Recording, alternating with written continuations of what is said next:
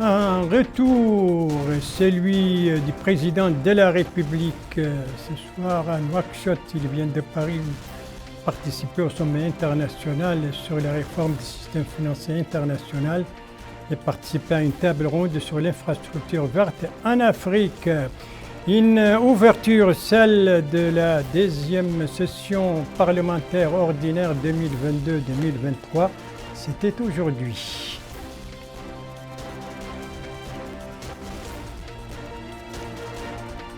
Et puis un lancement, celui du programme Afrieti, c'était aujourd'hui à partir de là qu'il lancement supervisé par la ministre de l'Action sociale, de l'Enfance et de la Famille. Voilà donc pour les principaux titres de votre journal et c'est parti. Madame, mademoiselle, monsieur, bonsoir et bienvenue à votre 22 heures de ce vendredi, 23 juin 2023. Il est de retour à Nouakchott. C'est le président de la République, M. Mohamed Ould Cheikh El Ghazouani. Il a regagné donc Nouakchott en début de soirée venant de Paris. Alors, le président, les personnalités qui étaient à l'aéroport pour l'accueillir, il y avait, bien entendu, vous allez le voir, il y a le Premier ministre qui va l'accueillir au bas de la passerelle. Voilà, Premier ministre M. Mohamed Bilal Messoud, le président de la République qui descend. Et d'autres personnalités qui étaient à l'accueil, il y avait le ministre secrétaire général de la présidence, vous l'avez vu, il y avait une ministre conseillère à la présidence de la République, des membres du gouvernement, le chef d'état-major, la directrice adjointe du cabinet du président de la République, le Wali de Nouakchott-Ouest, et la vice-présidente du conseil régional de Nouakchott. Ça, c'était donc le cérémonial d'accueil du président de la République à son retour ce soir à Nouakchott, venant de Paris, la capitale française, où le président de la République a pris part à participer au sommet international sur la réforme du système financier international, sommet clôturé aujourd'hui après 2 jours de discussion avec participation d'une 50aine de chefs d'État et de gouvernement ainsi que d'autres délégations des institutions internationales, des sociétés, etc. Et le président de la République a également participé à une table ronde présidentielle celle sur l'Alliance pour l'infrastructure verte en Afrique. C'était hier, c'était l'occasion pour les chefs de l'État donc de réaffirmer l'engagement de la Mauritanie en faveur de la transition énergétique, et ceci en partant de son grand potentiel dans ce domaine. Le président de la République a en même temps appelé cette alliance à soutenir activement le projet d'hydrogène vert en Mauritanie.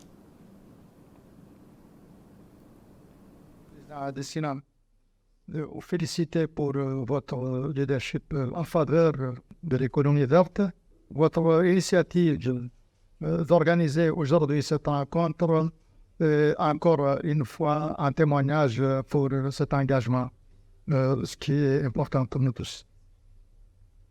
Je remercie également la Banque islamique de développement, la Commission de l'Union européenne, Africa 50 et tous les autres partenaires dans le cadre justement de l'Alliance. Comme vous le savez, la transition énergétique par la construction d'une économie verte n'est pas seulement une condition de la durabilité de développement, mais aussi une condition de survie même de notre planète. La Mauritanie, dont les émissions à gaz à effet de serre sont pourtant très marginales, et résolument engagée dans la lutte en faveur de la transition écologique par l'exploitation de son potentiel d'énergie renouvelable, notamment éoliennes et solaires. Nous avons ici porté la part des énergies renouvelables dans notre mix énergétique de 18% en 2015 à 34% en 2020 et nous ciblons 50% en 2005. En outre, profitant de notre immense potentiel en énergie renouvelable, aussi bien éolienne que solaire, dont l'exploitation d'ici 2050 pourrait atteindre 4000 gigawatts, nous travaillons à développer d'importants projets d'hydrogène vert. L'hydrogène vert est la source d'énergie renouvelable qui possède le potentiel le plus important, tant pour assurer la transition énergétique que pour accélérer la croissance économique, la création d'emplois décents et la lutte contre la pauvreté.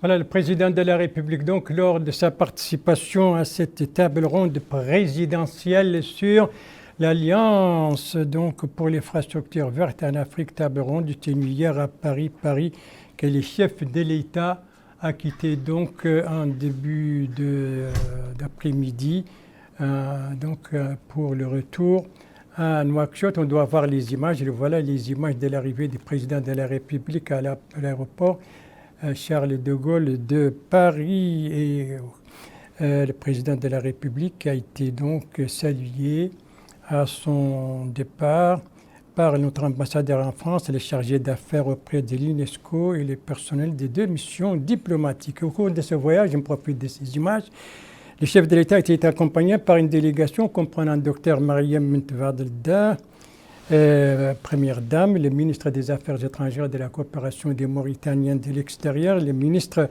des Affaires économiques et de la promotion des secteurs productifs, le directeur des cabinets du président de la République, l'ambassadeur à Paris et un chargé de mission, un conseiller à la présidence de la République et le directeur général du protocole d'État. Et je rappelle qu'avant Paris, je le rappelle, le président de la République avait participé à un autre sommet, mais cette fois en Espagne, précisément dans la ville de Cordoue. Et il s'agissait du sommet de l'initiative d'Aqaba qui s'était tenu là-bas dans cette ville. Voilà donc pour cette page diplomatique. Après les diplomatiques, la politique intérieure, en commençant par l'actualité parlementaire qui a repris ses droits. Et aujourd'hui, c'était l'ouverture de la 2e session parlementaire ordinaire. Et c'était sous la présidence de son tout nouveau président et en présence des membres du gouvernement, une séance d'ouverture marquée justement par un discours du président de la République, président plutôt de l'Assemblée nationale, M. Mohamed Bemba Meguet, discours dont voici la traduction avec Cheikhna Cheikh Saadbou. Les ministres, collègues députés, mesdames, messieurs, nous venons d'écouter avec révérence des versets du Saint-Coran. J'implore Allah de nous inspirer l'adhésion aux enseignements et aux valeurs de notre sainte religion. Nous avons par la suite entendu l'hymne national dont le contenu exprime par ces mots l'estime de soi, la fierté et suscite la détermination à servir la nation. Mesdames et messieurs, nous revenons en ce jour béni des 10 premiers jours du mois de Dhul-Hijjah, seulement 2 jours après la clôture de notre première session parlementaire, pour parachever la formation des organes de notre honorable institution et procéder à la mise en œuvre de nos tâches constitutionnelles, à savoir la promulgation des lois, le contrôle de l'action du gouvernement et l'évaluation des politiques publiques. Pour être à la hauteur de la confiance que le peuple nous a donnée, nous devrons tous mesurer l'ampleur des responsabilités que nous endossons et travailler ensemble pour renforcer notre démocratie à travers un discours politique qui rassemble, qui ne divise pas. Un discours qui donne la priorité aux intérêts supérieurs de la nation et non aux intérêts immédiats étroit, un discours qui préserve nos constantes et qui interprète le vocabulaire de l'époque dans laquelle nous vivons. Collègues députés, je ne crois pas avoir besoin de vous rappeler que l'accomplissement de ces devoirs passe nécessairement par le souci permanent de la participation active aux travaux parlementaires dans tous leurs détails, l'assiduité agissante aux travaux des commissions, la contribution responsable au débat lors des séances plénières et le vote éclairé des textes de loi. Collègues députés, tout en déclarant avec la bénédiction d'Allah l'ouverture de la deuxième session parlementaire ordinaire comptant pour l'année 2022-2023, conformément à l'article 52 de la Constitution et aux articles 54 et 55 du règlement intérieur de l'Assemblée nationale, je vous félicite à l'occasion de la fête de l'Aïd al-Adha et vous souhaite plein succès dans l'accomplissement de tout le travail qui vous attend. Le discours du président de l'Assemblée nationale à l'occasion de l'ouverture aujourd'hui de la deuxième session ordinaire, session parlementaire ordinaire 2022-2023. Après le parlementaire et retour aux activités de l'exécutif avec 4 activités ministérielles, toutes 4 aujourd'hui, 3, dont 3 sont à Nouakchott et une à l'intérieur du pays. La première de ces activités à Nouakchott, c'est celle du ministre de la Défense nationale. On doit voir les images, les voilà. Et bien, le ministre de la Défense nationale, vous le voyez, a reçu aujourd'hui en audience l'ambassadeur chef de la délégation de l'Union européenne. Et bien, l'occasion pour les deux hommes de discuter des relations de coopération entre la Mauritanie et l'Union européenne, les voies et moyens pour les renforcer dans différents domaines. La seconde activité ministérielle également aujourd'hui et également à Nouakchott concerne le ministre de l'Agriculture. Voilà les images et c'est une activité, vous le voyez, qui a pour cadre le Centre national de lutte anti-acrédienne. Et là-bas, le ministre a présidé une cérémonie de réception de 21 véhicules tout-terrain. Il s'agit d'un premier lot de voitures dans le cadre du soutien qu'apporte le gouvernement à l'agriculture. Et pour le ministre, il s'agit d'un pas important pour redynamiser la vulgarisation agricole après plusieurs années de stagnation, a-t-il dit, faute de moyens de travail. Il a notamment également déclaré que le département va recruter 45 cadres et ingénieurs agricoles justement pour renforcer ce secteur. La troisième activité ministérielle également aujourd'hui et également à Nouakchott, eh bien, c'est celle du ministre du Commerce, de l'Industrie, de l'Artisanat et du Tourisme. Une activité relative donc à la remise d'équipements et de matériel pour les artisans pour 2 muqata'a, celle d'Elmina à Nouakchott Sud et celle de Maqta al-Hjar au Brakna. Compte rendu Aminata Khan. Les coopératives dans la Muqata'a d'Elmina ont reçu du matériel de couture et de menuiserie in aide du ministère du Commerce, de l'Industrie, de l'Artisanat et du Tourisme au profit des artisans de cette wilaya de Nouakchott Sud dans le but de promouvoir le secteur de l'artisanat chez nous. Lamrabatou Benahi, ministre du Commerce, a passé en revue les stratégies du gouvernement dans le cadre de l'accompagnement des artisans mauritaniens pour que ces derniers puissent faire face à la rude concurrence et ressortir le génie créateur des Mauritaniens. Il a mis en relief les actions concrètes du gouvernement pour relever ce métier et l'aide récente apportée aux sinistrés de l'incendie de la zone Warf à hauteur de 50 millions d'ouguiya. La distribution de l'eau d'aujourd'hui est financée à hauteur de 10 millions pour les coopératives dans la Muqata'a d'Elmina et 20 millions d'ouguiya pour les coopératives agricoles à Maqta al-Hjar dans la wilaya du Brakna. Le maire de la Muqata'a d'Elmina, Dr Moussa Abdallah, a remercié au nom des coopératives et des populations le ministère pour cette action qui va sans nul doute contribuer à l'amélioration des conditions de ces coopératives. S'exprimant au nom des bénéficiaires, Youma Mohamed Lemine a remercié le ministère du Commerce pour cette aide qui est venue, dira-t-elle, à point nommé. Voilà donc du matériel, des équipements et des outils pour des artisans, des coopératives artisanales et à Elmina et à Mekta al-Hijjar. Donc tout cela a été remis aujourd'hui par le ministre du Commerce, de l'Industrie, de l'Artisanat et du Tourisme. Quatrième et dernière activité ministérielle dans ce journal, eh bien, elle concerne la MASEF, la ministre de l'Action sociale, de l'enfance et de la famille.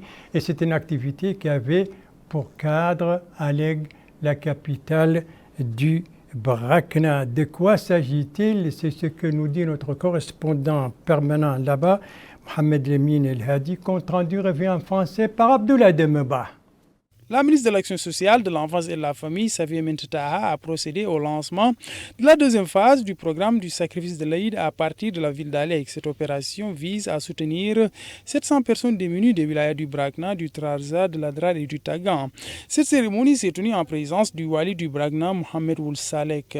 À Alleg, ainsi, une centaine de familles vont bénéficier de cette opération. La ministre de l'Action sociale, de l'enfance et de la famille, Safia Mentetaha, a indiqué que le département qu'elle préside œuvre afin de promouvoir les valeurs de solidarité et renforcer la cohésion sociale par le biais de programmes de solidarité et d'assistance sociale, dont la prise en charge des nécessités des personnes en situation de handicap, des femmes entre autres. C'est dans ce cadre indiqué que s'inscrit le lancement de ce programme. Le président du conseil régional du Brakna, Moustapha Ould Mohamed Mahmoud, a exprimé sa satisfaction quant au lancement de cette initiative qui se tient au moment opportun et qui, dit-il, témoigne de l'intérêt du président de la République pour les franges démunies.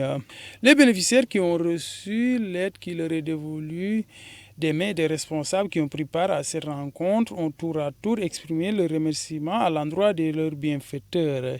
Elles ont aussi déclaré bénéficier des différents programmes du MASEF.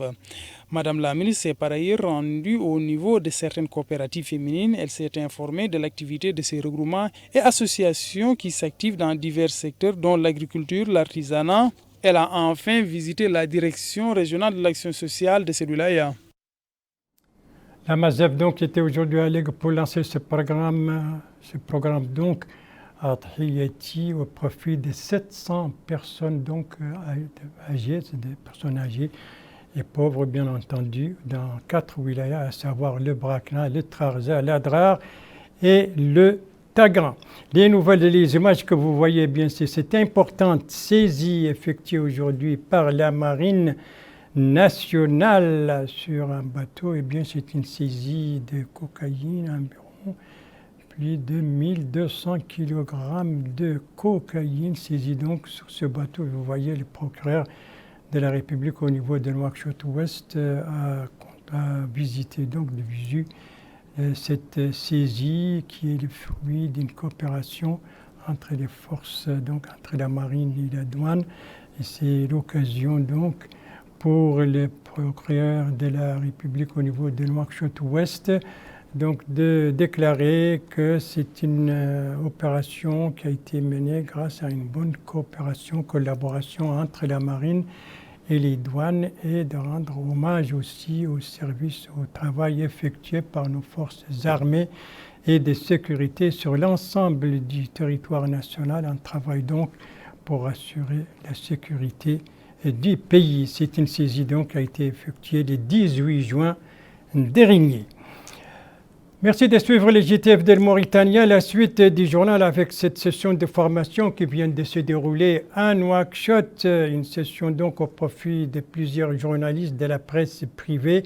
Clôture de cette session aujourd'hui à Nouakchott. Clôture donc une session organisée par le Fonds de soutien à la presse en collaboration avec l'École nationale d'administration du journalisme et de la magistrature. C'est un compte rendu de Cheikh Saadbou.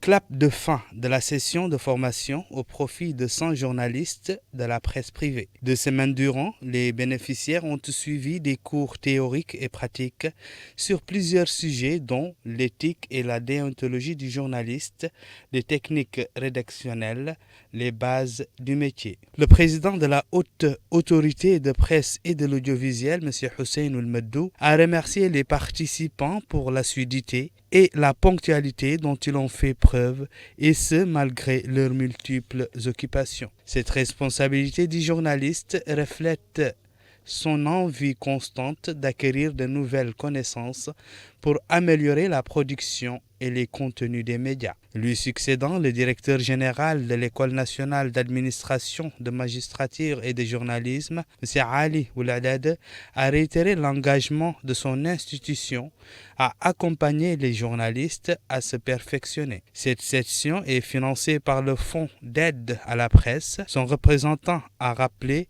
les objectifs de cette formation qui vise à outiller les hommes et femmes du quatrième pouvoir des techniques qui permettent d'être au diapason, surtout à l'ère du numérique.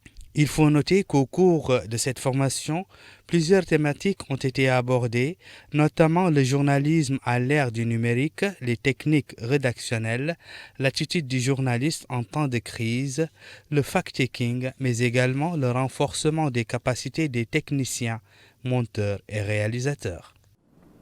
Voilà, une session de formation donc de 2 semaines qui vient de se dérouler à Nouakchott au profit d'une centaine de journalistes de la presse privée. Session qui s'est achevée aujourd'hui. Nous allons nous intéresser maintenant aux activités de 3 secrétaires généraux dans ce journal, à commencer par celui de la santé qui se trouve actuellement au Hod el-Sharqi. Il était hier à Timbedra. Alors pourquoi il était là-bas? C'est ce que nous dit notre correspondant permanent là-bas, Elvarech Chibani, compte rendu revient en français par Aminata Khan. Le secrétaire général du ministère de la Santé a donné à partir de la Muqata'a de Timbedra le coup d'envoi de la réhabilitation de 4 centres, dont 2 se trouvent dans la wilaya du Hod el-Sharqi et 2 dans la wilaya voisine. Sur place, le secrétaire général a reçu d'amples explications sur les spécificités techniques du projet de réhabilitation dont les travaux sont prévus pour un délai de 4 mois. S'exprimant, Mohamed Lamine ou Mohamed El-Hajj a déclaré que l'un des objectifs phares du projet INAYA est la réhabilitation des centres conformément aux engagements prioritaires du président de la République. Devant l'assistance, le secrétaire général a affirmé que la réhabilitation des centres de santé de Timbedra, Vassala, Taintan et Douairara va renforcer les capacités et prestations des centres qui jouent un rôle important dans les wilayas des 2 Hod. Les élus ont quant à eux mis l'accent sur l'importance que jouent ces centres et ont remercié au nom des populations le ministère de la Santé pour ses réalisations tangibles et importantes. Le secrétaire général a ensuite fait un tour des différents pavillons du centre de santé de Timbedra.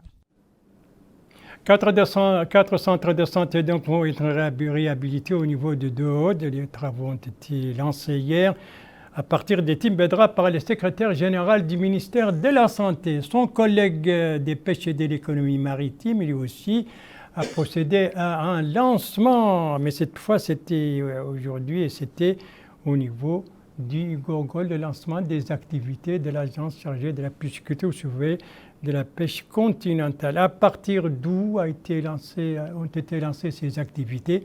C'est ce que nous dit notre correspondant permanent là-bas, Mohamed Ali Saleh, compte rendu revient en français par Abdoulaye Demeba. C'est à partir de la localité de Vumgleite que l'Agence pour le développement de la pêche et de la pisciculture dans les eaux continentales a lancé ses projets de développement. Cette agence a pour objectif d'évaluer les capacités des lacs et barrages dans le cadre des activités de la pêche continentale. Elle a été créée sur instruction du président de la République. C'est afin de permettre aux habitants qui bénéficient des interventions de cette agence de disposer de certaines denrées alimentaires de base. Mohamed Mustafa Abdioulgid, secrétaire général du ministère des Pêches et de l'économie maritime, a indiqué que la pêche continentale occupe une place prépondérante dans les programmes et politiques du secteur des pêches et de l'économie maritime, particulièrement dans le cadre de la lutte contre la pauvreté, l'atteinte de l'autosuffisance alimentaire, entre autres. Ce programme, dit-il, sera mis en œuvre au niveau de 9 wilayas. La directrice de l'Agence pour le développement de la pêche et de la pisciculture dans les eaux continentales, Zainabou Minta Aye, a indiqué que la pêche continentale fait partie intégrante du programme et priorité élargie du président de la République. Elle a ensuite rappelé les objectifs de cette agence qui sont, dit-elle, la disponibilité des infrastructures de base, le renforcement des capacités des acteurs par la formation, entre autres. Le maire de Foumkleit, Hachim Oul Abdallah Oul Eliya a pour sa part mis en avant le rôle du barrage de Foumkleit. Il a aussi souhaité la bienvenue à la délégation. Délégation conduite donc par le secrétaire général du ministère des Pêches et de l'économie maritime qui a donné le coup d'envoi donc des activités de cette agence chargée donc de la pêche continentale et de la pisciculture. Et c'était à partir de Foumkleit. Le troisième secrétaire général dont on va parler dans ce journal, c'est celui du ministère de l'Équipement et des Transports. Lui aussi, il a présidé donc les travaux d'un atelier donc organisé par son ministère. De quel atelier s'agit-il? C'est ce que nous dit Aminata Khan. Discuter des données collectés par les experts de l'autorité de la météorologie et ceux des centres régionaux et internationaux sur la saison des pluies pour cette année. C'est la quintessence de cet atelier de publication des prévisions saisonnières des caractéristiques agricoles. Le secrétaire général du ministère de l'Équipement et des Transports, Inouya Ould Cheikh Abeid, a affirmé que notre pays, en raison de sa situation géographique, est fortement affecté par les changements climatiques, ce qui, a-t-il dit, a incité le département à programmer cette rencontre dans le but d'identifier les mécanismes pouvant faire face aux effets négatifs des changements climatiques. Le directeur général de l'Autorité nationale de la météorologie, Mohamed Dembaba, a déclaré que le changement climatique constitue un obstacle au développement social et économique de notre pays, précisant que l'agriculture, les ressources animales et hydrauliques et le tourisme subissent de plein fouet les effets de ce changement. Il a enfin noté que les données scientifiques fiables permettront d'anticiper les dangers résultant des fluctuations climatiques et d'en réduire les effets. Ça, c'était l'objet donc de cet atelier organisé par le ministère de l'Équipement et des Transports, atelier sur les prévisions météorologiques. Et puis, clôture donc des travaux aussi de la rencontre de haut niveau entre les deux collèges, le collège de défense du G5 Sahel et le collège de défense de l'OTAN. C'était un séminaire, un forum donc de haut niveau clôturé par la signature d'un accord et c'était aujourd'hui à Nouakchott. Sur quoi porte cet accord, Abdoulaye Dembaba? Suite à la fin des travaux de ce séminaire de haut niveau qui a profité à 118 auditeurs, dont des généraux, des ambassadeurs de haut cadre des pays membres du G5 Sahel, de l'Égypte et du Maroc. Les participants à ce séminaire de 3 jours ont à la fin reçu leur parchemin. Cette rencontre a eu lieu grâce à la coopération entre le Collège de défense du G5 Sahel et celui de l'Organisation du traité de l'Atlantique Nord, OTAN. Les participants ont pu 3 jours durant assister à des exposés présentés par des conférenciers de renom sur l'OTAN et sa vision de la région du Sahel et de l'Afrique. En plus des questions liées à la sécurité de la sous-région et de certains développements géopolitiques récents en rapport avec des grands enjeux actuels ont aussi été présentés. Je voudrais également féliciter l'ensemble des participants à ce séminaire pour la qualité des débats et des échanges, leurs apports chacun de son côté. Tout ceci, je pense, a permis de donner à ce séminaire quand même une certaine envergure et l'intérêt manifeste était visible de la part de tous les participants. C'est normal, une mention spéciale va naturellement au lieutenant-colonel Mohamed Salim Bouhid et à Madame Deborah Arom qui ont coordonné un peu toutes les activités de préparation de ce séminaire et surtout qui ont piloté les équipes techniques que je remercie aussi infiniment, ce qui nous a permis quand même de pouvoir faire nos travaux sans de grosses difficultés sur le plan technique. Et je sais que c'est des choses difficiles et ça arrive souvent partout dans le monde. la technique fait parfois défaut. L'importance de cette formation a été mise en avant. Ce séminaire rehaussé d'abord par la présence de votre ministre de la Défense nationale. Et je pense que ça a été une semaine extrêmement fructueuse. Elle a été fructueuse par le niveau des conférenciers, mais je pense qu'elle a surtout été fructueuse par votre participation. Que ce soit les 2 premiers jours avec les auditeurs de la 5e promotion ou que ce soit le reste du séminaire avec vous tous. La richesse et la diversité de vos questions, aussi bien pendant les séances de questions-réponses que pendant les séances de consolidation. Donc merci beaucoup pour cette participation. L'ambition pour nous était de prouver qu'on pouvait tenir un cours des officiers des ambassadeurs ici au Collège de défense du G5 Sahel, un cours que nous tenions avant à Rome. À partir de maintenant, ce cours sur notre calendrier, il aura lieu à Nouakchott. Je tiens en particulier à remercier Salem, le colonel Boït, qui est notre point de contact. Vous avez pu remarquer que c'est l'homme orchestre de ce séminaire. Bravo aussi. En marge de la clôture de ces rencontres, un accord de coopération entre le Collège de défense du G5 Sahel et celui de l'OTAN a été paraphé. Ce document a pour objectif de renforcer la coopération existante entre ces 2 entités et par extension entre le G5 Sahel et l'OTAN.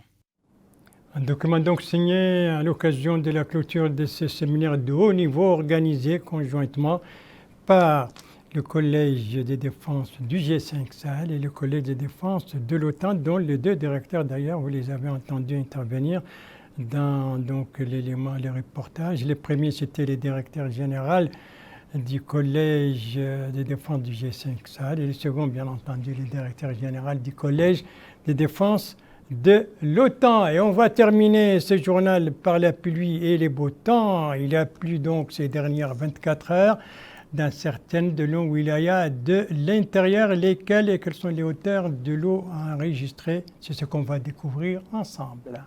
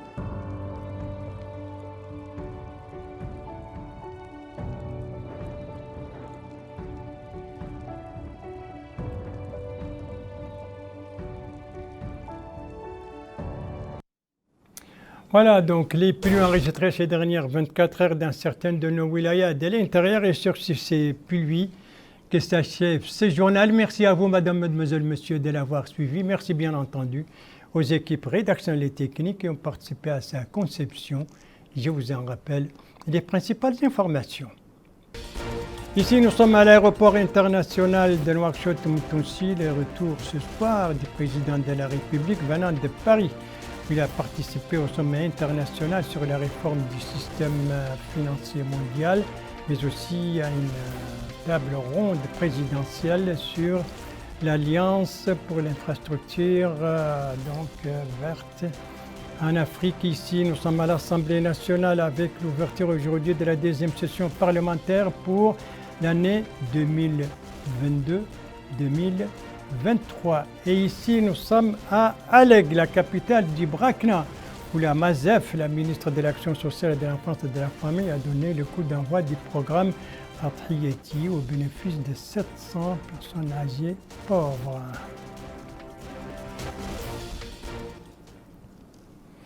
Voilà, il ne me reste plus qu'à vous souhaiter une très bonne fin de soirée, une très bonne fin de semaine et à vous donner rendez-vous, Inch'Allah, demain à la même heure, 22h. Bonsoir.